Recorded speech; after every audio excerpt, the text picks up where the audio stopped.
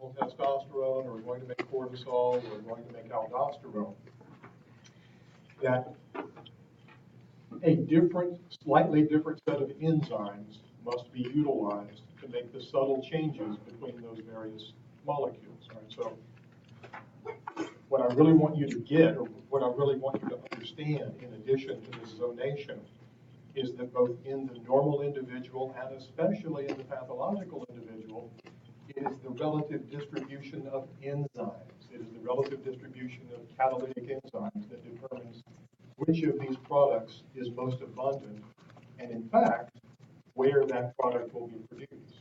So this is only a general, instructional overview. In any given patient, you may not have this particular histological association with a particular steroid product.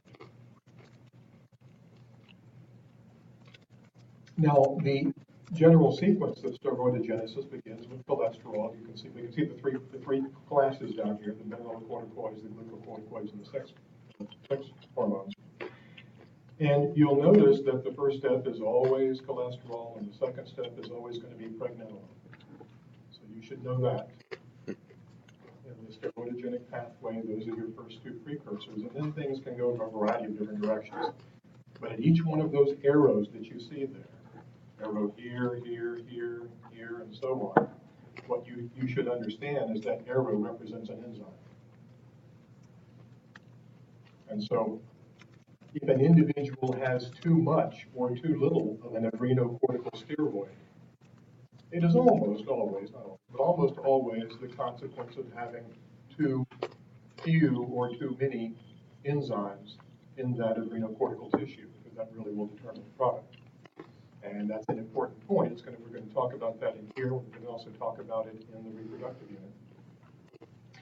I don't require that you know the individual, at least not at this point, in the individual stages, but we're going to see this pathway again in our discussion of reproductive physiology, so it's one with which you should be somewhat familiar. And certainly we're going to be talking about these precursors to the sex hormones and so on. I'll hesitate to bring this up because we could quibble over about whether the extent to which this is an actual physiological phenomenon. But what we're looking at here is sometimes called the pregnenolone steal. And the idea here is that as we go from cholesterol to pregnenolone, and then you can see, they've listed some of these enzymes here, 17 alpha hydroxylase, 21 hydroxylase, and so on, that if there is overproduction of, let's say in this case, cortisol. What would cortisol, can you think of any reason cortisol in your body might be overproduced? You as a PA student entering the program? Stress. Yeah, exactly right, stress. So the whole idea behind the pregnenolone steal is that your pregnenolone is being stolen from you to make cortisol to deal with the stress that you're feeling. But why is that? Cortisol is it's actually a long-term stress hormone. Is that such a bad thing? Well, the implication in this diagram, and as I say, we'll return to this in another context when we talk about reproductive physiology, is that if you're making too much of this, you're probably making too little of the mineralocorticoids, and more importantly for the females, the androgens, and perhaps even some of the estrogens. So, again, I'm not going to ask you about the pregnenolone steal on a test, but I just want you to understand this sort of conservation of energy or conservation of mass, that if there's overproduction of one of these axes, it probably comes at the expense of the other axes.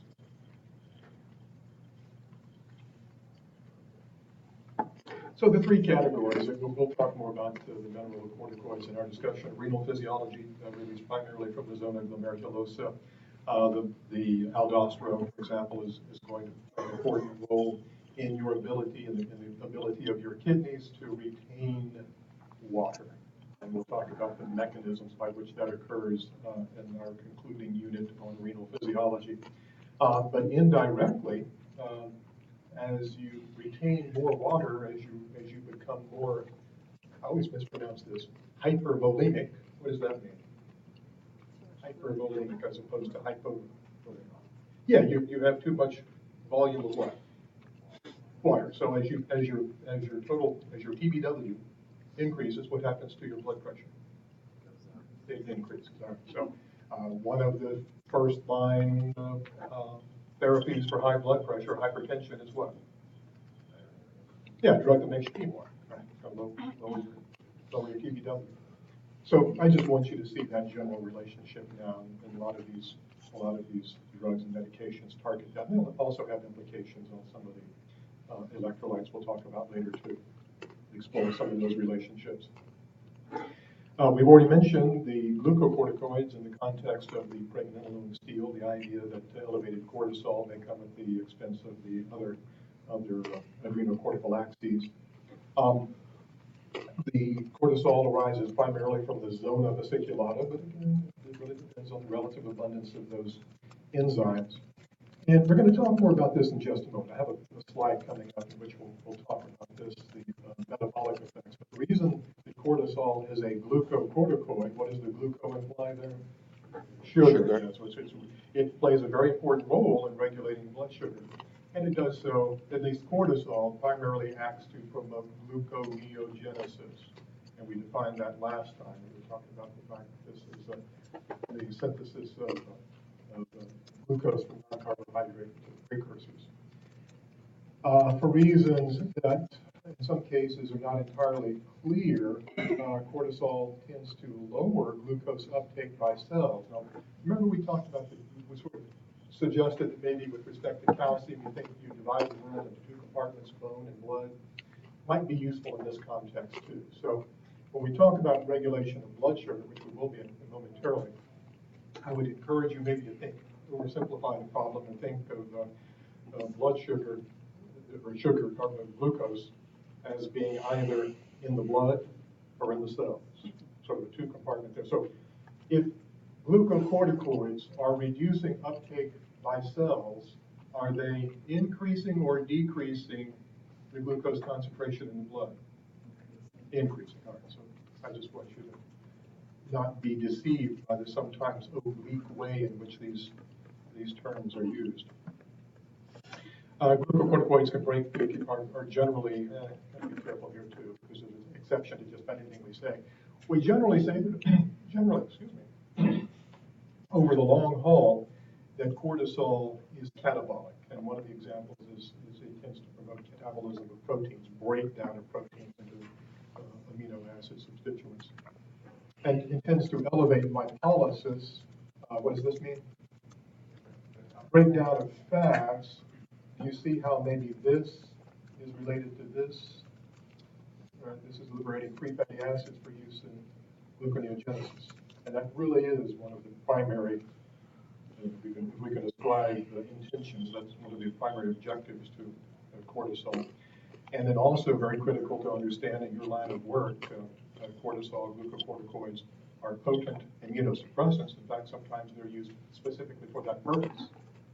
And so when you are shooting me up, as I will have you do for my arthritis, with the cortisol, understand it may come at the ability of my ability to ward off other infectious agents.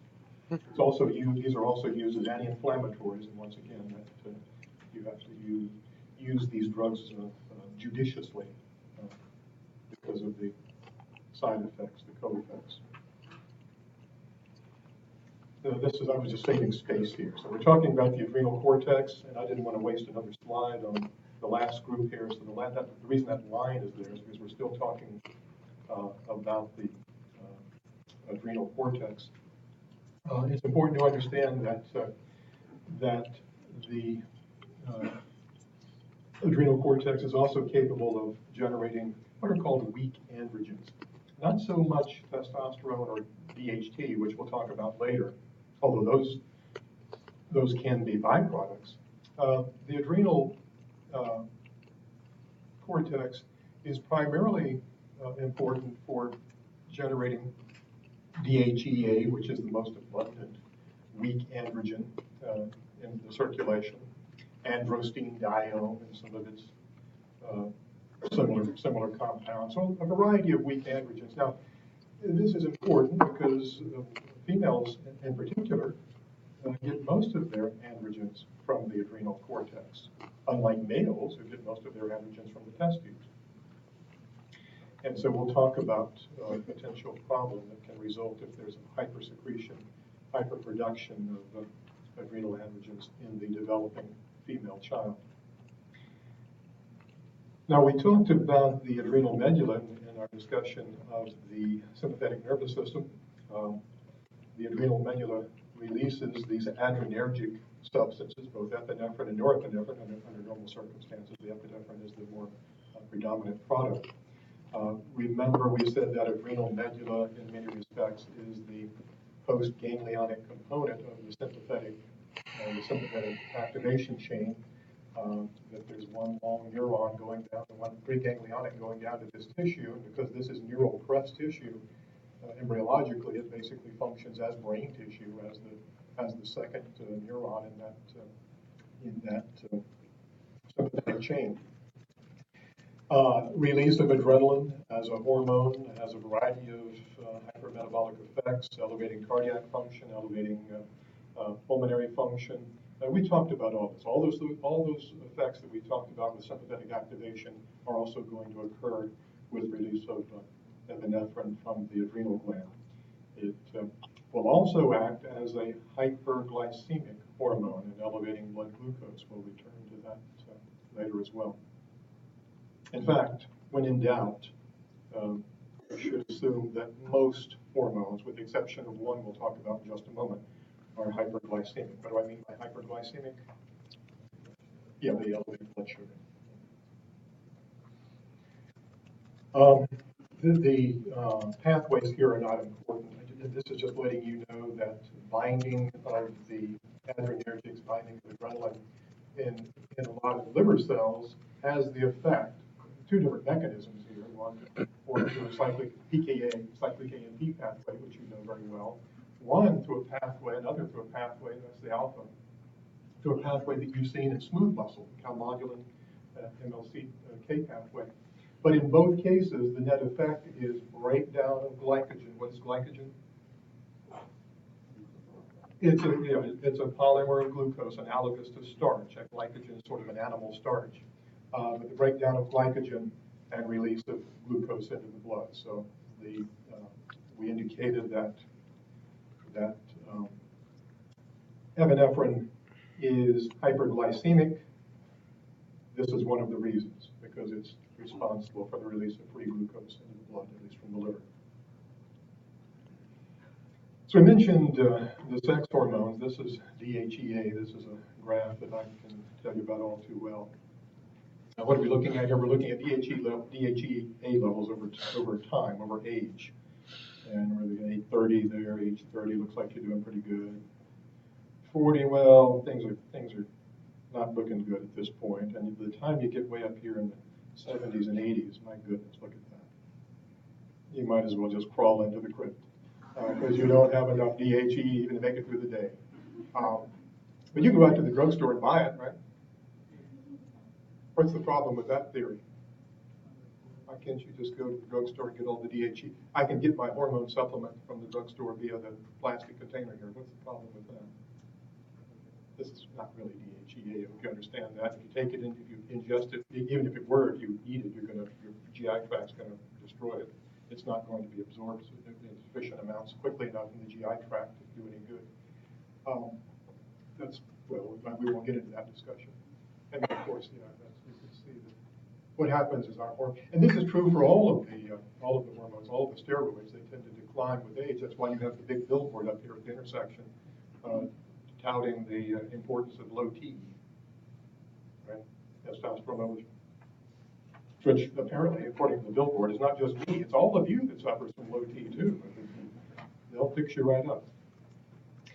All right, there are a couple of slides here talking about stress. This was just my attempt to summarize a few points here. So when we talk about the adrenal cortical hormones, or actually the adrenal hormones general, both the medullary hormones and the hormones released from the zona fasciculata, both of these are released in response to some type of physiological stress, or at least can be released in response to physiological stress. Now, We pointed out that cortisol and adrenaline are not the only stress hormones. We could argue that other hormones are released in response to stress as well.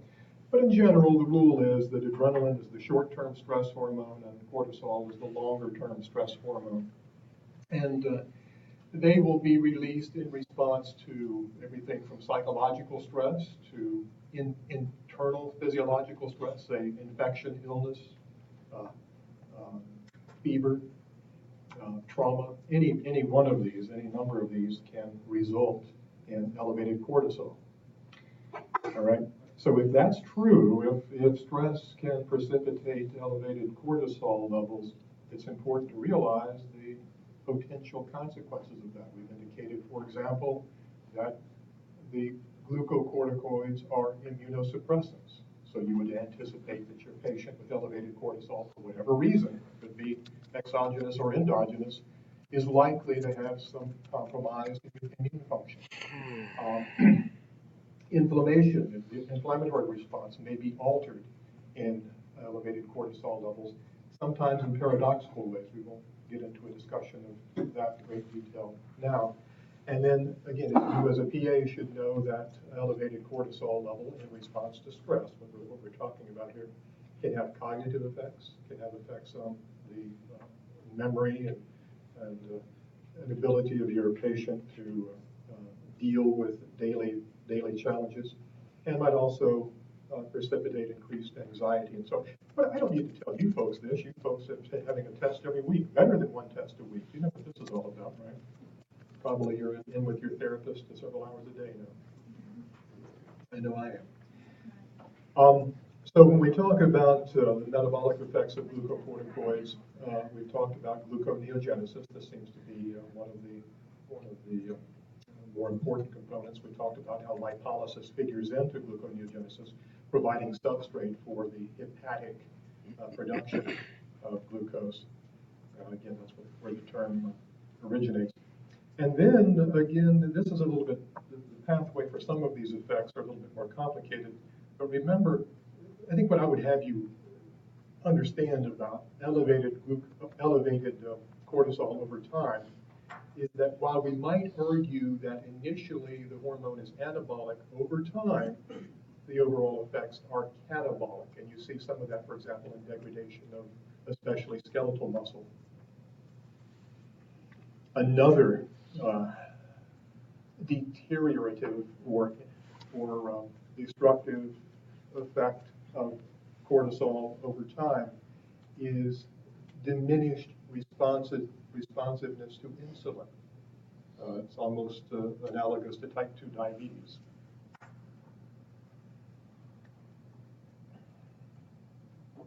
And in the little figure down here on the lower right, you can see that that both ACTH, which precipitates release of the adrenocortical hormones, and cortisol follow a circadian rhythm. And we talked about circadian pulsatile rhythms. So this is plasma cortisol concentrations. You need to pay attention to the axis here over the day. So when does cortisol normally peak, would you say? Morning. Yeah, somewhere in the morning there. As you look at this, when would you anticipate ACTH levels peaking? Would it be this on this side or this side? To the left or to the right? ACTH. To the left. I just want you to understand that ACTH is going to peak before cortisol. So there's a discussion here of cortisol as an immunosuppressant. You'll be using it therapeutically for that reason, as indeed it's an anti-inflammatory. But understand that if cortisol is being used in a transplant patient for the purposes of minimizing the rejection, they're going to have a host of other problems that entail further medications. They're going to be on a soup of medications, but in part, those medications are intended to address the fact that they've pretty much lost their immune system. We've looked at this before. Somebody break this fancy verbiage down for me. The title of this slide is the Atherogenic Disuse Atrophy of the HPA Axis. What does that mean? First of all, what does iatrogenic mean? Have we used that word before? Medicine caused. Yeah, I think you have to be careful here because we're not, we could get into a debate about this because one of the leading causes of death in the, in the hospitals and these emergency wards and so on are medical errors. It's very, very distressing. You wonder why your tests are difficult. You look at the numbers on medical errors. Would you say that an iatrogenic response or an iatrogenic effect is a medical error? Could be. Could be, but is it necessarily? Is that what you're going for? For example, I give my patient cortisol, his immune system is suppressed, he suffers a massive infection. Or, as you can see here, what are we looking at here, diffuse atrophy, I give my patient chronic cortisol, and eventually it dries up, it withers up his entire HPA axis, hypothalamic pituitary adrenal axis. That's an iatrogenic response. What were my choices? In other words, was it a medical error? Did I not intend that consequence? No. Probably you did intend that. You just understood it to be a consequence of the only therapeutic protocol available to you, again, a multi-organ transplant patient, whatever. So I do want you to be aware of this distinction between medical errors and iatrogenic response. An iatrogenic effect is just an effect that follows from or results from the therapy. Yes. On the left side, it has the graph over time and Uh-huh. your cortisol. So if you're giving the patient a dose of cortisol, is it basically just going to move this whole thing up, or is it going to make it like a more of a flat line? Yeah, well, we talked about the dosage problem, and that's a different ball of wax. We talked about pulsatile secretion, and when there are some of the newer therapies and the newer modalities that are trying to overcome that problem. But in general, yeah, if you're injecting cortisol, this disappears, and you're right, that has an additional set of effects on the entire axis. But I just wanted you to be able to sort through these terms. So iatrogenic implies that the problem or the issue is a result of the therapy, but that's not necessarily an error because that you may have weighed everything and decided this is the best therapeutic alternative. Disuse atrophy, what is that?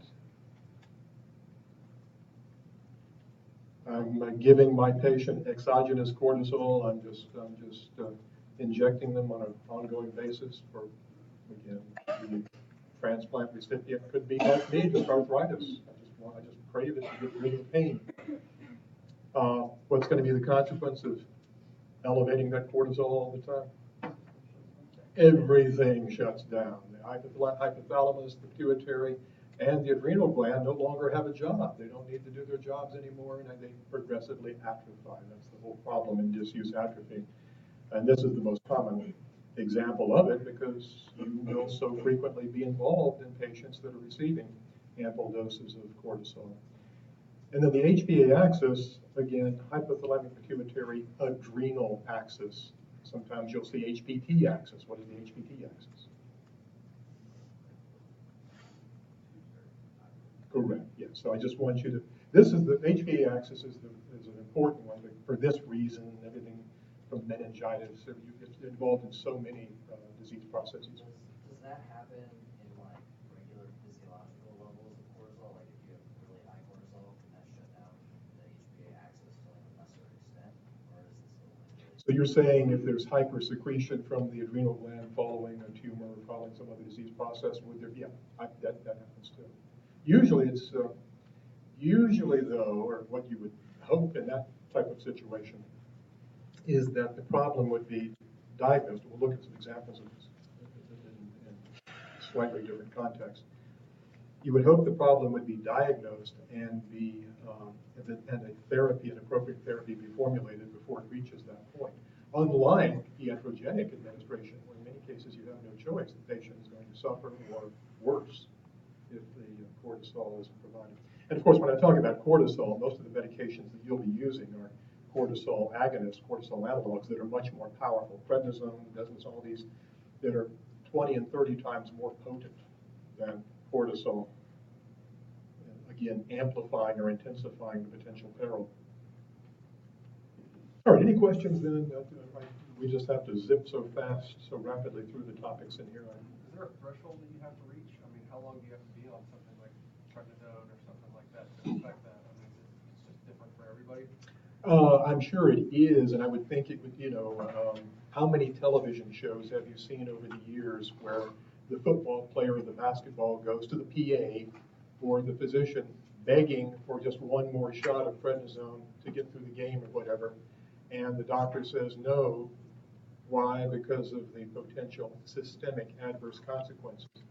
So I would think it would depend on the patient history, the age, the fitness of the patient, so many factors. But as far as the specific protocol, I'll leave that to your patho courses. I need to know that. All right, let's talk a little bit about the endocrine regulation of blood sugar. We've indicated that, for example, glucocorticoids play a role in this, and we'll talk a little more about those. The primary gland responsible for regulating blood glucose is this gland that you see here called the pancreas. Pancreas is actually an exocrine tissue. What is an exocrine gland? A gland that releases its product into a lumen or onto the skin. Remember, at the beginning of the semester, we argued that I asked you if your GI tract, if you were calling through your GI tract, and it's hard for you to do this through your own GI tract, but maybe you have a classmate that you can do this with. If you're calling through the GI tract, are you still outside the body of that person? Or are you inside the body? You see how we could argue you're arguably outside the body because you're in the lumen, genitourinary, the same thing, respiratory system, the same thing. So when we talk about an exocrine tissue or an exocrine gland, we're talking about secretion in some theoretical way, onto the outside surface of the body, into a lumen. So what the pancreas is doing for the most part is releasing pancreatic juice, which consists of a lot of enzymes, for example, digestive enzymes, into the GI tract. You can see the small intestine here, the duodenum, however you want to pronounce it. These digestive enzymes are released into this pancreatic duct here, where they travel down, and then eventually they empty into the proximal intestine. That's the primary function of the intestine. But at fairly regular intervals, interspersed throughout that gland, are these little structures right here called pancreatic islets, islets of Langerhans. And these are the endocrine component of the pancreas. You can see one there, there's one there. About 1 million of these in a typical pancreas. They are very different, both embryologically and histologically, cytologically. For example, they have gap junctions. These cells have the gap junctions that are not present in the exocrine cells. The parenchyma of the pancreas, again, is very, very different and has a very, very different function. We'll talk about that later. We're going to focus our attention now on these islets. In the lower left here, you see a sort of idealized islet of Langerhans in the pancreas. And you can see that in this structure, we have cells of several different types. Arguably, the most important type are these cells at the center, the sort of pink and blue cells in here. And those are called the B or beta cells. And their function is to release insulin. They release some other things too, but that's primarily what we're focusing on. In other mammals, more so than humans, peripheral to those beta cells will be the yellow cells that you see here. Those are alpha or type A cells. And unfortunately, you see both types of symbology used. Those release glucagon. But in the pancreas, I think we talked about this before, there are other hormones that are released. I think we talked about this one. What is another name for that? Somatostatin? That's GHIH, right? And it turns up all over the place. There's somatostatin being produced and released in your brain. We think we, in some cases, know what it does there. In some cases, we don't. And then there are these pancreatic polypeptides that we think, at least in this context, these two are present and are released in the brain as well. But in this context, they probably play a role in appetite regulation to the extent that we understand their function at all. There are probably 30 different hormones, at least, that contribute to regulation of your appetite, including insulin, for example, and other hormones such as leptin and various others. So you can see the general distribution of cells in this island. Let's for a moment assume that this organization is correct, and we'll see that the beta cells are at the center, the alpha cells at the perimeter. These cells are extensively interconnected by gap junctions. Moreover, it's important to realize that this thing's in 3 dimensions. There's going to be a hilus allowing the blood supply into the island, and the blood generally flows from the interior to the exterior. So it generally flows from the inside to the periphery of the islet, enabling the beta cells to exert some regulation over the secretory activity of the alpha cells. Now, if you look at the little verbiage here in italics, I want you to underline that or highlight it, make sure you pay attention to that. 2 of these sort of make sense. The third one is a little bit harder to appreciate. I'm not sure we fully understand why it's the case. But for example, somatostatin inhibits release of both glucagon and insulin. That's what somatostatin does, it inhibits. So that's not terribly far-fetched. Insulin inhibits glucagon, at least it's a weak inhibitor of glucagon. So as insulin levels go up, you would expect glucagon levels to go down to some extent. But notice there is not a reciprocal relationship. What most of the research shows is that glucagon elevates or promotes release of insulin. So I would just encourage you to memorize this relationship. And in part, when we talk, for example, about the ability, that second one there, the ability of insulin to weakly inhibit release of glucagon, it's because the blood is traveling through the beta cells and then passing on to the alpha cells, so there's a type of paracrine effect, paracrine regulation within the islet. But that's certainly not the only type of regulation. In our discussion of parathyroid hormone, what did we say trips or triggers release of parathyroid hormone? Calcium. All right. So we said that parathyroid cells must have the ability to monitor circulating calcium. All right. These beta cells, and that's what we're looking at here, and this is an idealized beta cell, is a cell that you know releases insulin. And perhaps it would be useful to think about the physiological function of insulin. Insulin, once again, is a hormone, it's a chemical messenger whose function in your body is to tell various cells, not all cells, but various cells in your body, hey, there's glucose in your blood. My job is done. So you shouldn't impute any more activity or capability to insulin than that. Insulin is a chemical messenger that travels around and binds to receptors. When it binds to receptors in cells, the signal, the message that it's conveying to that cell is, hey, there's a lot, the times are good, there's lots of glucose in the blood. And then it's up to that cell to respond. All right. So here's a beta cell, and its job is to release insulin. So we're at the other end of the spectrum here. We're at the cell that's actually releasing the insulin, and that's what's happening down here. We're dumping the insulin into the bottom left side of the picture here. And so the beta cell is primarily responding, rather like the PDH cell, to calcium. The beta cell is responding to circulating levels of glucose. Remember, what is insulin doing? What's its function?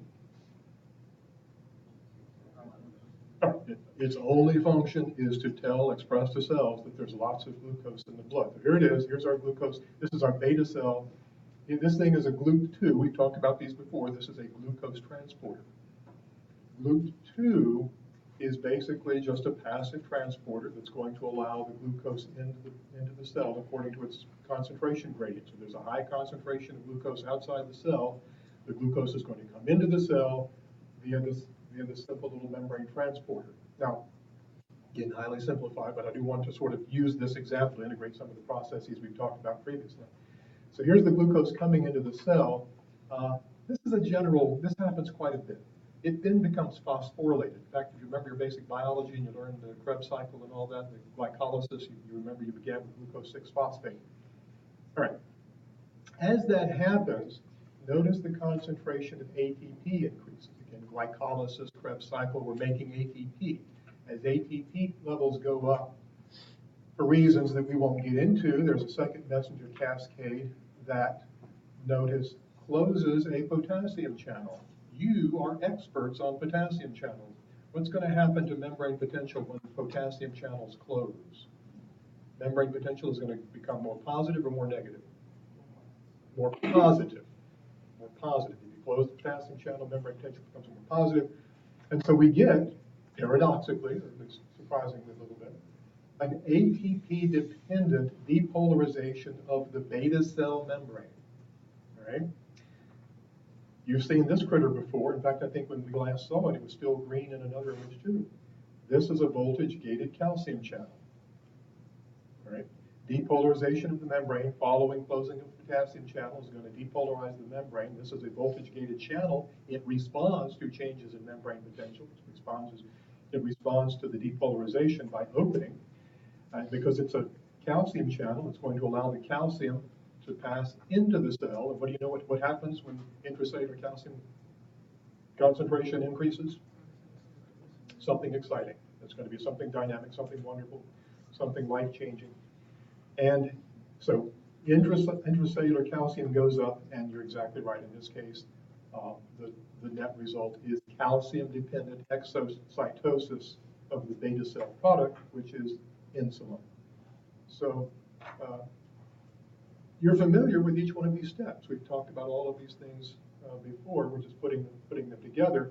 And in this way, then, the beta cell in the islet of Langerhans of the pancreas is able to monitor ambient levels of glucose to regulate the amount of insulin that is released.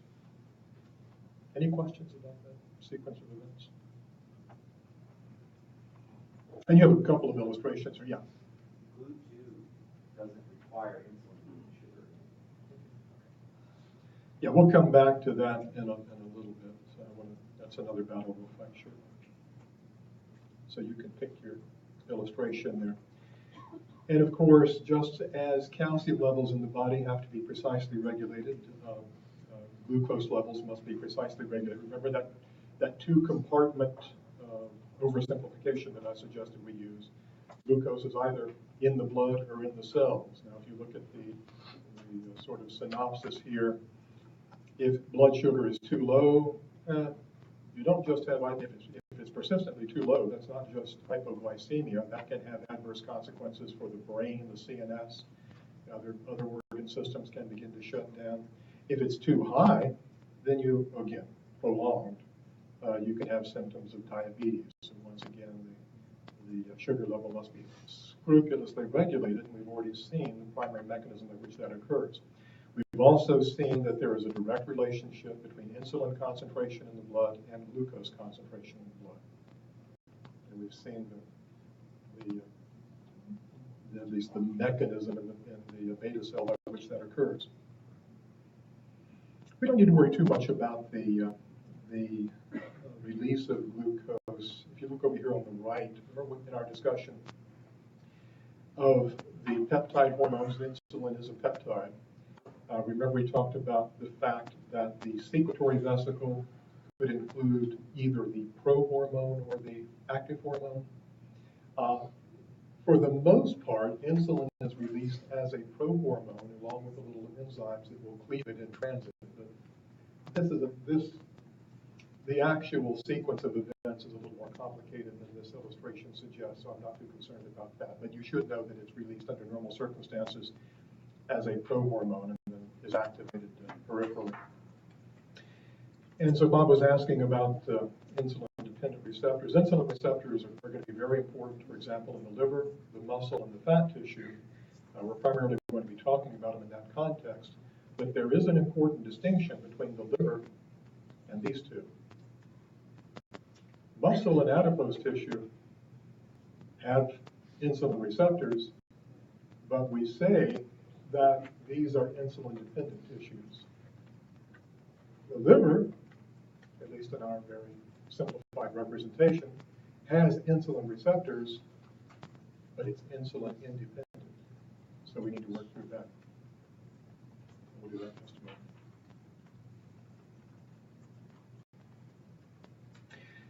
So the general, the bottom line, I guess, is the term I'm looking for in your appreciation of how insulin affects the glucose concentration systemically, is that insulin is a hyperglycemic hormone, elevating the concentration of glucose in the blood. And it also is an anabolic hormone to the extent that once the glucose is taken into the skeletal muscle cells, the fat cells, the cells can then use that energy to perform work. So be sure you understand the joint role of insulin, both as a hyperglycemic and anabolic hormone. So insulin increases glucose uptake. That doesn't happen. You've got serious problems. It tends to promote the storage and utilization of glucose. Again, times are good, lots of sugar in the blood. And all of the number 3 here, it says promotes uptake and utilization of amino acids, phosphates, and potassium. These two are essential for anabolic metabolism. So these are consistent with that type of anabolic activity we've been talking about. So we talked about this, and we'll talk a little bit more about glucagon in just a moment. I want to make sure we understand the physiological relationship of insulin to diet. So if there is if there's an ample supply of glucose coming into the blood, then the concentration of insulin is going to increase. Conversely, if you or the patient is fasting or starved, you would expect insulin levels to be diminished. And if that's true, and this will take us to our discussion of diabetes in just a moment. If there is inadequate glucose to supply metabolism, to provide for metabolism, then the body must resort to other fuels. And that we were talking about the Atkins diet for a moment ago, and the consequences of that. So understand what we mean by fasting and feeding. In general, when times are good, when you're eating, you have lots of sugar coming in, insulin level is going to go up. Insulin is going to promote uptake of the blood sugar, the glucose from the blood into the cells, and then the cells can use that to perform a variety of anabolic responses, anabolic activities. If, on the other hand, there's insufficient blood glucose, then insulin level drops, and alternative fuels, such as the lipids and amino acids that form the substrate for gluconeogenesis, must be utilized. Yeah. When you say that insulin is hyperglycemic, do you mean that it's released when you have high glucose in order to lower blood glucose, right? What did I say? You said it's a hyperglycemic. No, I didn't mean to say that. Okay, if I said that, I'm sorry. I'm just getting tired. You can tell I'm still recovering from yesterday.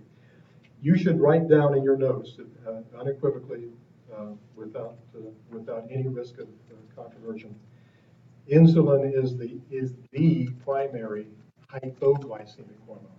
All the others, remember I said earlier, all the other hormones are hyperglycemic, pretty much. Okay. Apologies if I said that. I'm drifting off to states of semi-consciousness, remembering life as a young puppy. If you look at the illustration here, the little graphic, what we have 3 graphs here. We have plasma insulin concentration and plasma glucose concentration. We won't worry about this one.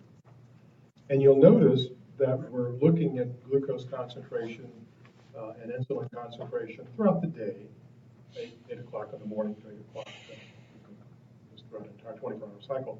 And these little triangles here represent our meals. And we can assume that the individual being portrayed here as a schedule feeder like you. You have to eat when you can, and that's generally a very small window. So whether you want to be or not, you are now a schedule feeder. And so what do you know? Let's look at glucose concentration. What happens to glucose concentration after a meal? Yeah, it goes up. You can see glucose concentration after this meal goes up. So happens throughout the day each time a meal is taken. All right. Now, what is the relationship between the meal, the glucose concentration, and the insulin concentration, chronologically or temporally? What's the relationship that you discern there? Let's draw a Directly. little line. We could draw a line here. And I'm not very good at drawing lines, I'll be honest. Well, there we go. Let's imagine a line. And I'll try to come to work a little more sober next time. But if you imagine a line going right through here, which occurs first, at least in this illustration, the peak in glucose, or the rise in glucose, or the rise in insulin? Yeah. So I think that should be your first approximation. The meal is responsible for the increase in glucose, and that causes an increase in insulin necessary for metabolic disposal of the glucose. You can see if the glucose drops, the insulin drops, and so on. Now, in reality, you should know this. This is a little bit inaccurate. That because you are a schedule feeder, that you eat at the same time, you eat lunch at the same time every day, your glucose is actually going to be, your glucose peak is actually going to be shifted to the left. Why would that be? Your body's like trained for the meal time. Your brain knows what's going to happen, and you start to, your metabolic changes occur in advance of it. That one type one that injects insulin before they eat the meal. So. Well, no, that doesn't work out. They don't have insulin, so they have to do that in preparation. There is no physiological response, so they just have to do that to metabolize it. But they usually inject themselves before a meal, not after. Yeah, but that's the reason, because they don't have any, they have no compensatory capacity at all. All right, we'll stop there, and as I say, I'll try to sober up, and we'll pick up there on what's the day is, pick up there Thursday.